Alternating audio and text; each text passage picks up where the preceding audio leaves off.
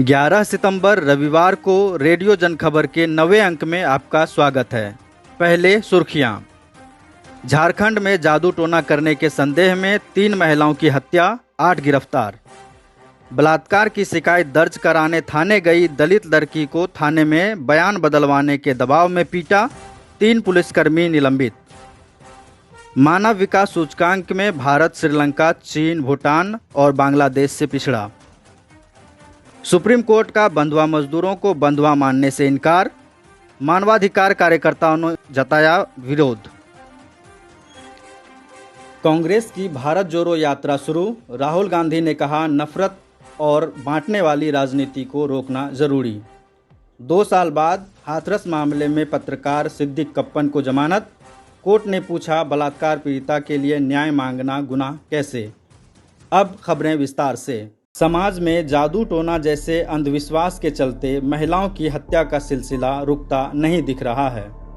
मामला रांची जिला के सोनाहातू इलाके का है, जहां ग्रामीणों ने जादू टोना करने के संदेह में 3 महिलाओं की पीट कर कथित तौर पर हत्या कर दी और शव गांव के निकट पहाड़ी इलाके में फेंक दिए।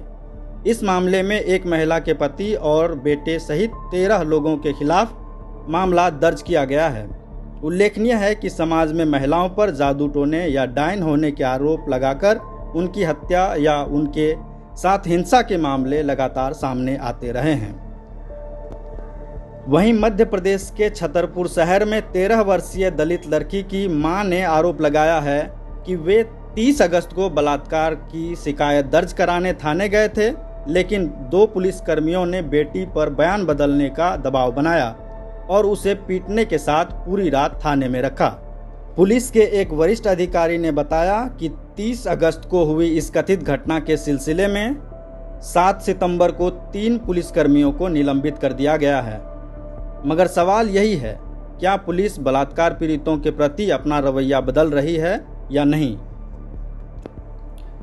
भारतीय अर्थव्यवस्था को सरकार भले ही 5 ट्रिलियन इकोनॉमी बनाने के सपने लोगों को दिखा रही हो, लेकिन संयुक्त राष्ट्र की माने तो देश में लोगों का औसतन जीवन स्तर बेहतर नहीं हुआ है।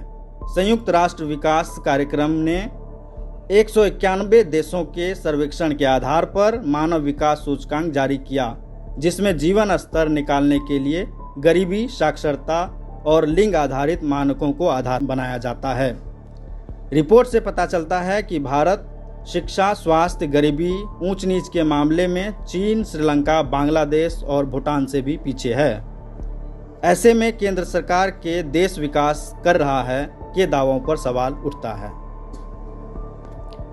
श्रोताओं, एक अनुरोध, यदि आपको हमारी खबरें अच्छी लगती हैं तो इन्हें और लोगों तक भी पहुंचाएं। सही जानकारी का लोगों तक पहुंचना बेहद जरूरी है। अगली खबर में सुप्रीम कोर्ट का बंधुआ मजदूरों पर एक आपत्तिजनक बयान आया है। असल में बंधुआ मुक्ति मोर्चा के अध्यक्ष स्वर्गीय स्वामी अग्निवेश ने सुप्रीम कोर्ट में एक जनहित याचिका फाइल की थी। इसी जनहित याचिका में जस्टिस हेमंत गुप्ता ने कहा कि वे बंधुआ नहीं हैं, वे पैसे लेते हैं और वहां आते हैं और ईंट भट्टों से जुड़े होते हैं। वे पिछड़े इलाकों से आते हैं, वे पैसे लेते हैं और पैसे खाते हैं और फिर इस्तीफा दे देते हैं। मानवाधिकार कार्यकर्ता निर्मल गोराना ने बताया कि इस मामले में न केवल बंधुआ मजदूरी का बल्कि महिला के साथ लैंगिक अपराध एवं मानव तस्करी का मामला भी जुड़ा हुआ है। ज्ञात हो कि बिहार और कई अन्य राज्यों से भी जो मजदूर बाहर काम करने जाते हैं, उनसे कई बार मजदूरी करवाकर भुगतान तक नहीं किया जाता और शोषण भी होता है। ऐसे में सुप्रीम कोर्ट का बयान निराशाजनक है। आज़ादी के 75 साल पूरे होने पर कांग्रेस पार्टी अन्य राजनीतिक दलों के साथ 150 दिन में पूरे 3500 किलोमीटर की दूरी तय करेगी। कांग्रेस पार्टी की यह यात्रा देश के 12 राज्यों और 2 केंद्र शासित प्रदेशों से होकर गुजरेगी। पार्टी ने कहा कि देश भर में धर्म के नाम पर फूट डाली जा रही है और बेरोजगारी, गरीबी, शिक्षा आदि पर से लोगों का ध्यान हटाया जा रहा है। इसीलिए यह यात्रा लोगों को जोड़ने और जागरूक करने के लिए की जा रही है।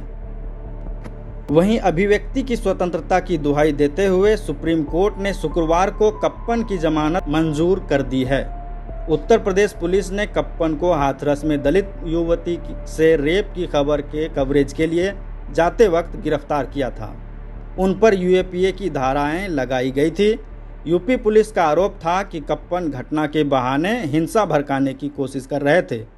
हालांकि सुप्रीम कोर्ट के सामने पुलिस ने ऐसा कुछ नहीं रखा जो भड़काऊ हो।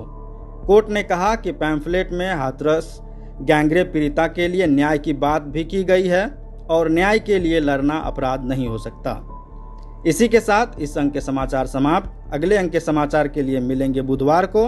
तब तक के लिए दें इजाज़त।